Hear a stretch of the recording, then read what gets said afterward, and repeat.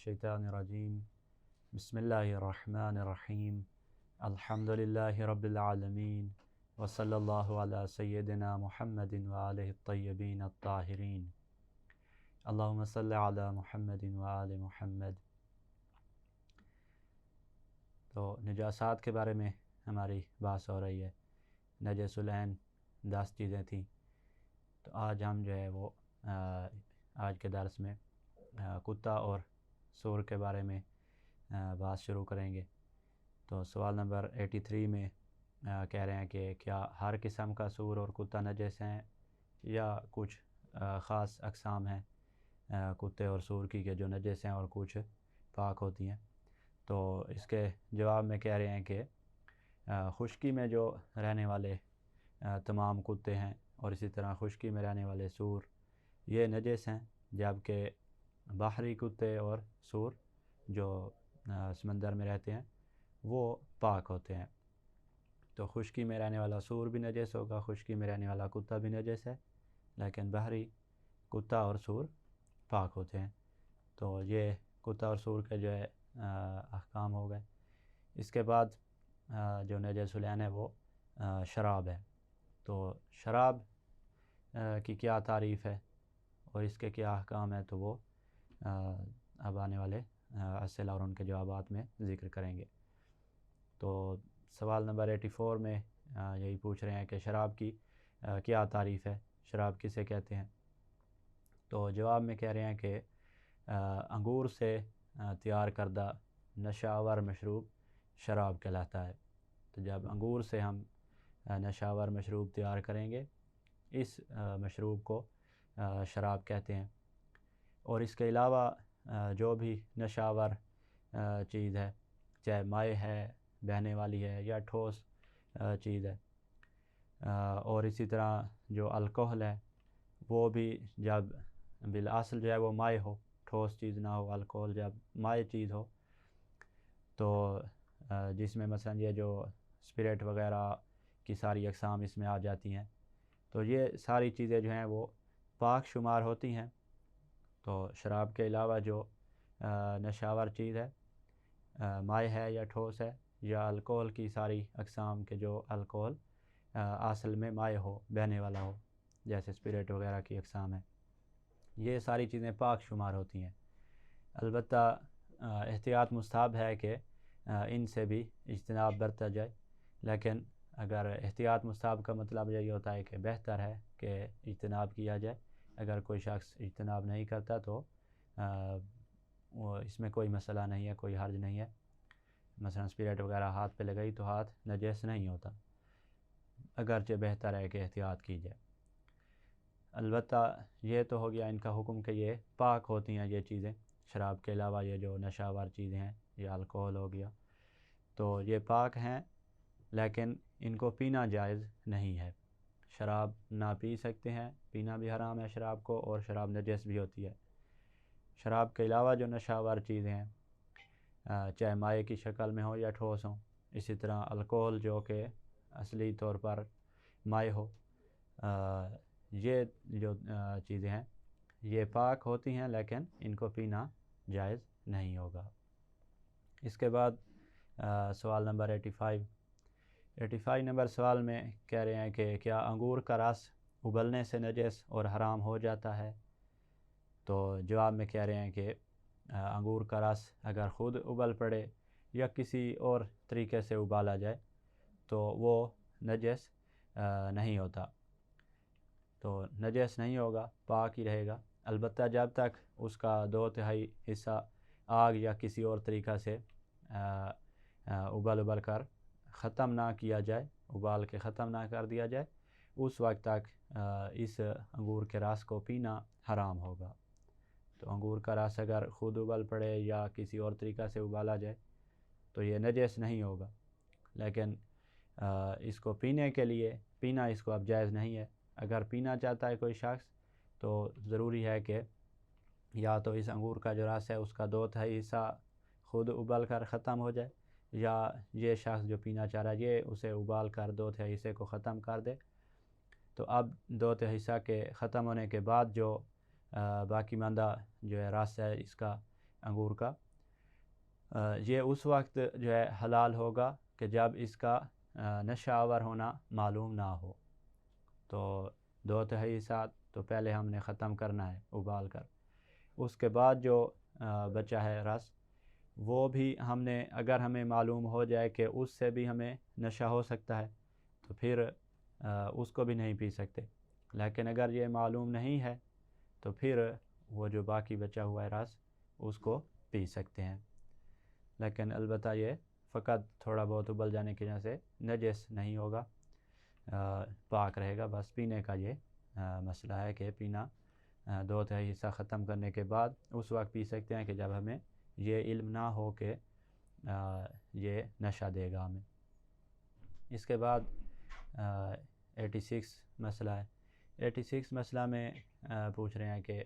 آیا کشمش یا کھجور کا رس جو ہے وہ ابلنے کے بعد نجس ہو جاتا ہے اور حرام ہو جاتا ہے یا نجس اور حرام نہیں ہوتا؟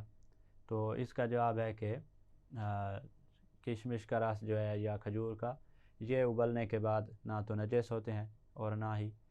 حرام ہوتے ہیں، لہٰذا اگر مثلا کوئی شخص کھانے میں کھجور یا کشمش وغیرہ ڈالتا ہے تو یہ ڈالنا اس کے لیے جائز ہوگا، اور اس کھانے کو، یہ جو کشمش ہوگی کھانے میں، کھجور، ان کو بھی کھانا حلال ہوگا۔ اس کے بعد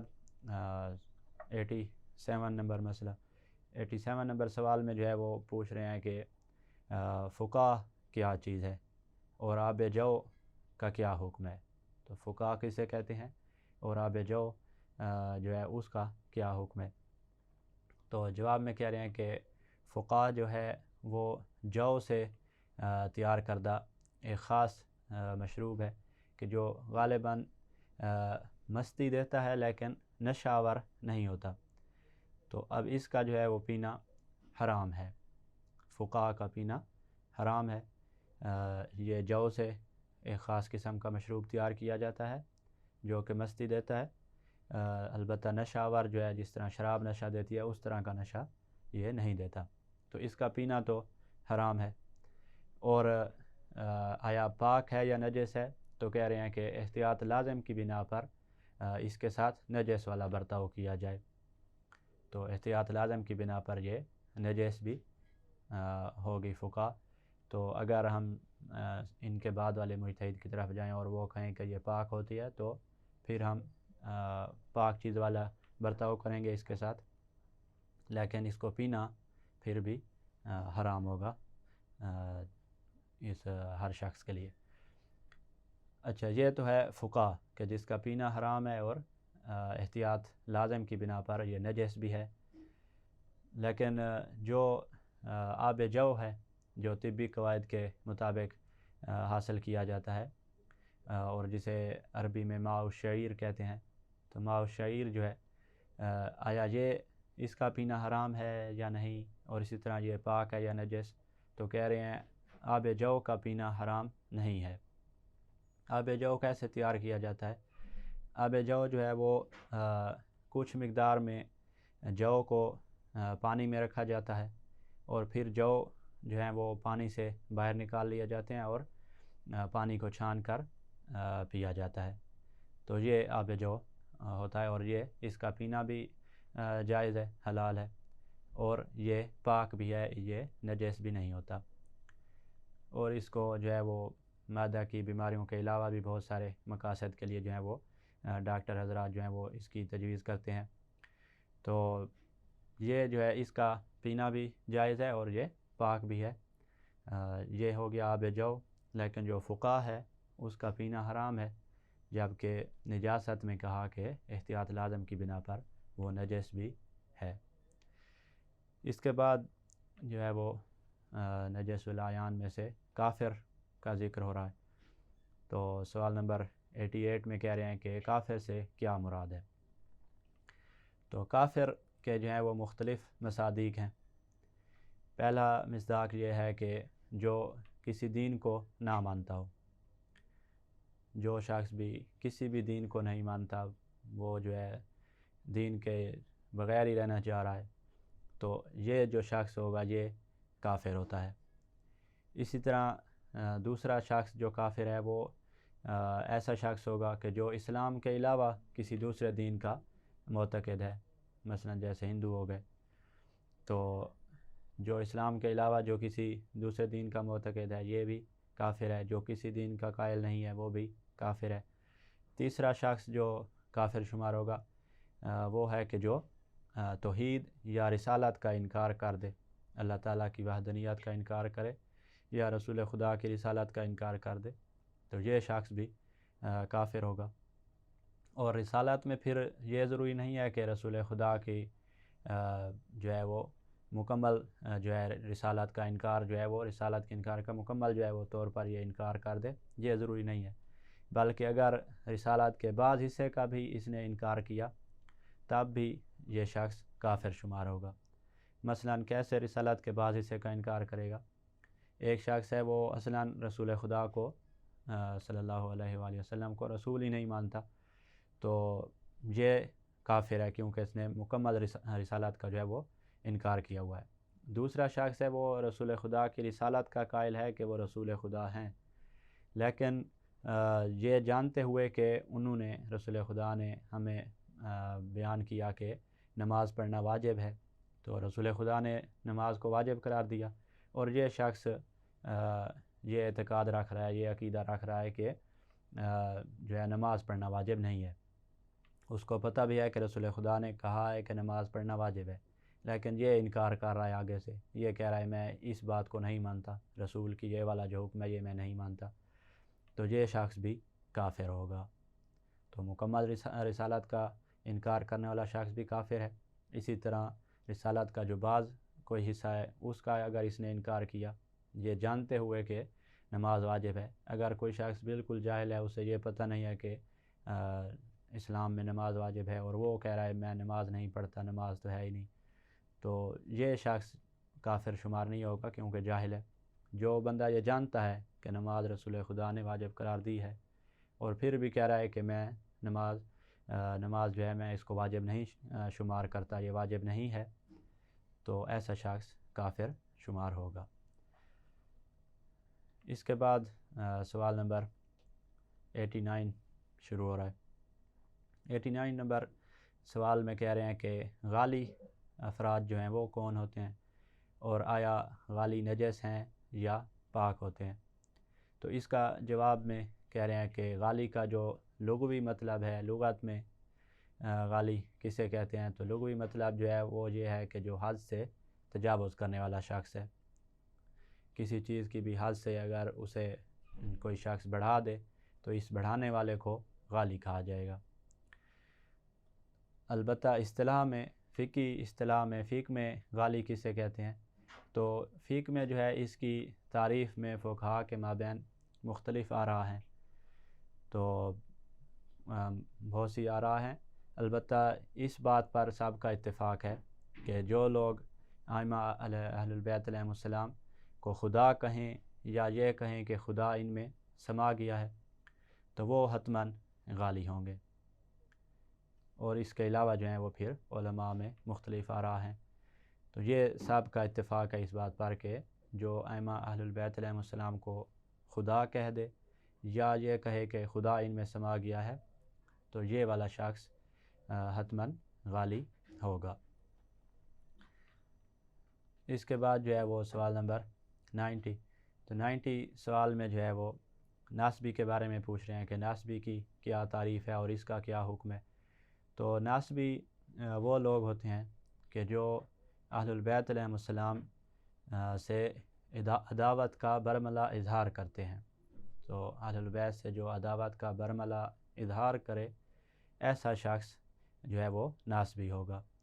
ایک شخص ہے کہ جو دل میں بغض رکھتا ہے اہل بیت سے لیکن اظہار نہیں کرتا، تو یہ شخص ناسبی شمار نہیں ہوگا۔ ناسبی وہ ہوگا جو بغض بھی رکھے دل میں اور اس بغض کا اظہار بھی کرے، تب جا کے وہ ناسبی شمار ہوگا۔ اور ناسبی جو افراد ہیں یہ نجس بھی ہوتے ہیں۔ اس کے بعد جو ہے وہ 91 سوال،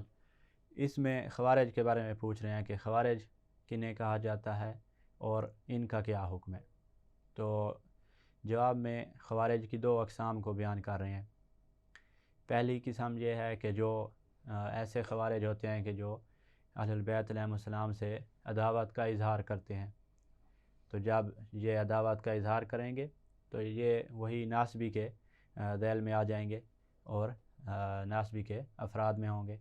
تو لہٰذا وہی ناسبی والے احکام ان پہ بھی لاگو ہوں گے کہ یہ بھی نجس ہوں گے۔ دوسری قسم خوارج کی وہ ہے کہ جو عداوت کا اظہار نہیں کرتے،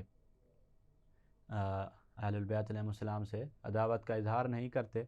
البتہ خوارج کے تابع دار اور ان کی فقہ کے پیروکار وہ شمار ہوتے ہیں۔ فقہ کی اگرچہ وہ پیروکاری کرتے ہیں، انہی والی جو خوارج کی فقہ ہے اسی پہ ہی عمل کرتے ہیں،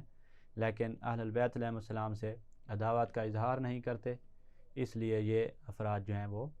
ناسبی کے ذیل میں نہیں آئیں گے، لہٰذا یہ افراد نجس بھی نہیں ہوں گے۔ اس کے بعد جو ہے وہ مسئلہ سوال نمبر 92 نمبر سوال میں کہہ رہے ہیں کہ اہل کتاب کون ہوتے ہیں اور ان کا کیا حکم ہے۔ تو اہل کتاب جو ہے وہ اسلام کے علاوہ جو آسمانی دین ہیں، ادیان سماویہ ہیں، کہ جن کی طرف کتاب بھی نازل ہوئی ہو، ان جو ادیان سماویہ ہیں جن پر کتاب بھی نازل ہوئی ہو، ان ادیان سماویہ کے پیروکار افراد کو اہل کتاب کہا جاتا ہے۔ تو جو آسمانی دین کا پیروکار ہے کہ جس دین میں کتاب بھی نازل ہوئی ہے، اس دین والے کو اہل کتاب کہتے ہیں، جیسے کہ یہودی ہو گئے اور اسی طرح عیسائی وغیرہ ہو گئے۔ تو ان کے بارے میں بھی فقہا جو ہیں وہ فقہا امامیہ میں مشہور یہی ہے کہ یہ بھی نجس ہوتے ہیں، جو ہے فقہا امامیہ میں ان کے بارے میں مشہور ہے کہ یہ بھی نجس ہیں، البتہ جو ہے وہ بعض فقہا کے مطابق یہ نجس شمار نہیں ہوتے بلکہ پاک ہوتے ہیں،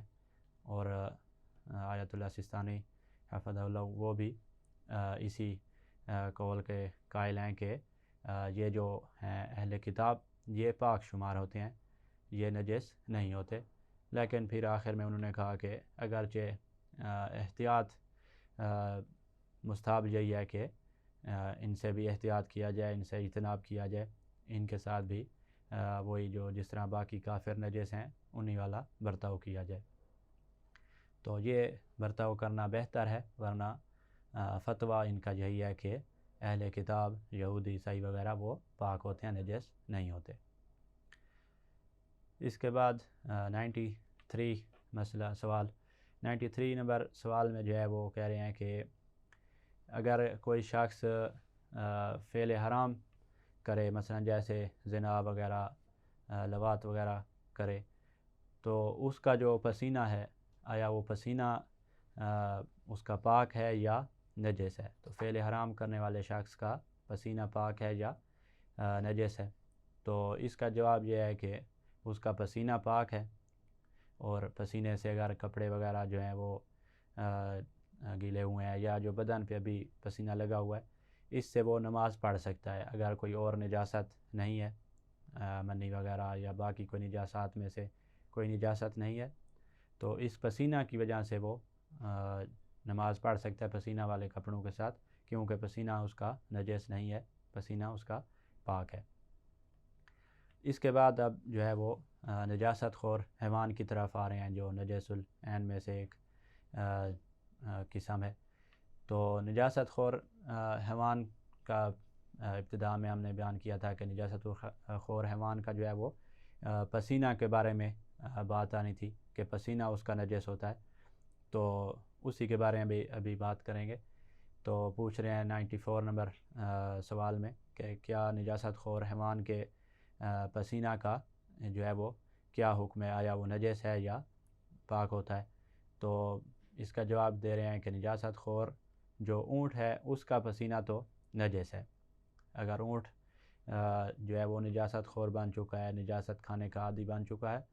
تو اونٹ کا تو پسینہ نجس شمار ہوگا، جبکہ دیگر جو اونٹ کے علاوہ جو حیوانات ہیں جو نجاست خور